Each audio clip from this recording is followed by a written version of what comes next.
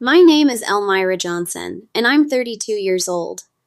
I was 8 years old when my mother packed 2 suitcases for me, drove 4 hours to Westbrook Academy, and held my hand all the way to the front entrance. I remember looking up at that big stone building with its iron gates and feeling this strange mix of excitement and dread. I had never been away from home before. I had never slept in a bed that wasn't my own. She knelt down in front of me, fixed the collar of my jacket, looked me in the eyes and said, "Be good. Study hard. I'll come see you soon." I nodded. I believed her completely. She was my mother. Why would I not believe her? She walked back to the car. She drove away, and that was the last time I saw her in person for over a decade. The first few weeks at Westbrook, I waited. Every weekend I sat near the front window of the dormitory watching other kids get picked up by their parents. Mothers with wide arms and warm coats, fathers throwing their sons over their shoulders, siblings running across the parking lot screaming each other's names. I watched all of it with my face practically pressed against the glass, certain that any weekend now, my mother's silver sedan would pull through those iron gates. It never did. By the 3rd month, I stopped sitting by the window. By the 6th month, I stopped expecting her calls to last more than 4 minutes. She would ring on Sunday evenings, ask if I was eating well, tell me she was busy with work, and hang up before I could finish telling her about my week. I was 8 years old, 9 years old, 10 years old, and I was learning slowly and painfully that I was on my own. Westbrook was not a terrible place. I want to be honest about that.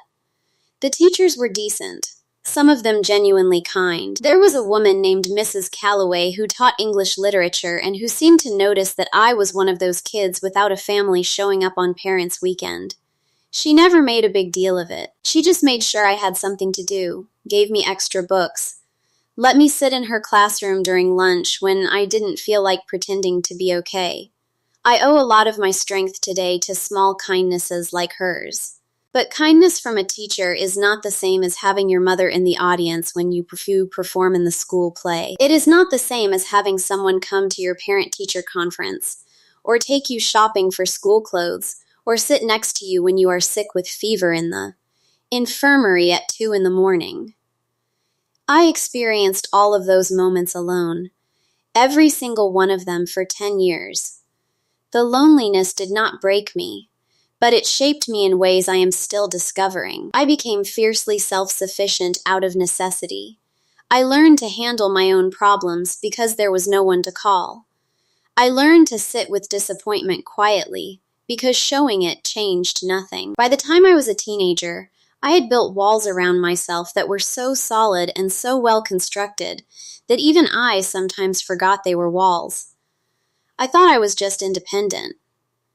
I thought I had simply grown up faster than other kids. I did not yet understand that what I had actually done was survive something I should never have had to survive alone. Graduation day came in June 13 years ago. I was 18, and I had spent weeks secretly hoping, despite everything, despite 10 years of evidence, that she would come. I had sent the invitation 3 months in advance. I had even called her the week before to confirm. She said she would try. I told myself that I'll try from a mother meant yes. I was wrong. I walked across that stage in front of 500 people. I accepted my diploma. I shook the headmaster's hand. I smiled for the school photographer. And when I turned to look at the rows of proud, clapping families, I searched every face in that crowd for hers. She was not there, not in the front rows, not in the back, not standing along the wall. I stood on that stage for just a second longer than I should have, still looking. And then I walked off. I did not cry. I had already used up most of my tears by then. What I felt instead was something quieter and heavier, a kind of settling, a door closing. I think that was the exact moment I stopped waiting for her. I collected my things from the dormitory that afternoon, called a cab with money I had saved from my part-time job in the school library, and left Westbrook without looking. back. The years that followed were hard in different ways. I worked through college. I built a career from scratch. I made real friends for the first time in my life. People who showed up. People who called back. People who stayed. I built something that actually looked like a life. And my mother remained distant, occasionally texting on my birthday, sometimes calling around the holidays, but never truly present. I had accepted it. I had moved on. And then, 13 years after that graduation day, 13 years after she did not show up, my phone rang. I saw her name on the screen and felt that old familiar tightening in my chest. I answered. "Elmira," she said, and her voice was shaking. "I need $3,000 for rent.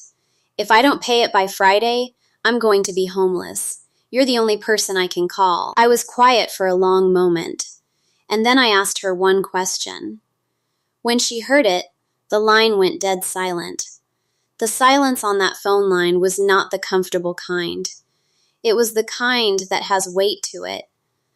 The kind that fills a room even when you are alone.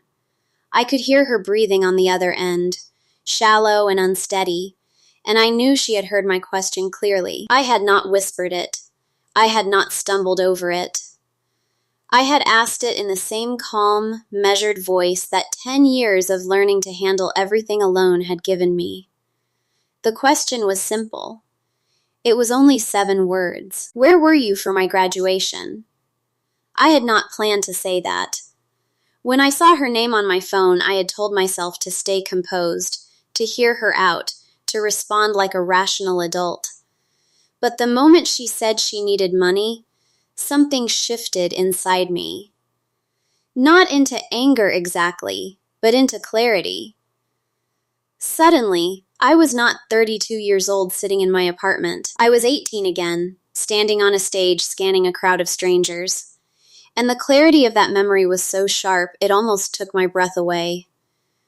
So the question came out before I could stop it, and once it was out, I did not want to take it back. She said nothing at first. No explanation, no immediate apology, just breathing and silence. When she finally spoke, her voice had changed. The urgency was still there, but something else had crept into it. Something that sounded almost like shame. "Elmira. That was a long time ago," she said. "I know I wasn't there. I know things weren't perfect, but right now I really need your help." And there it was. That was her response to 10 years of absence.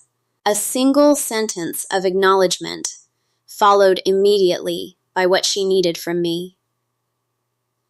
I had expected something like this. I had told myself I was prepared. I was not fully prepared. I sat down because my legs felt strange.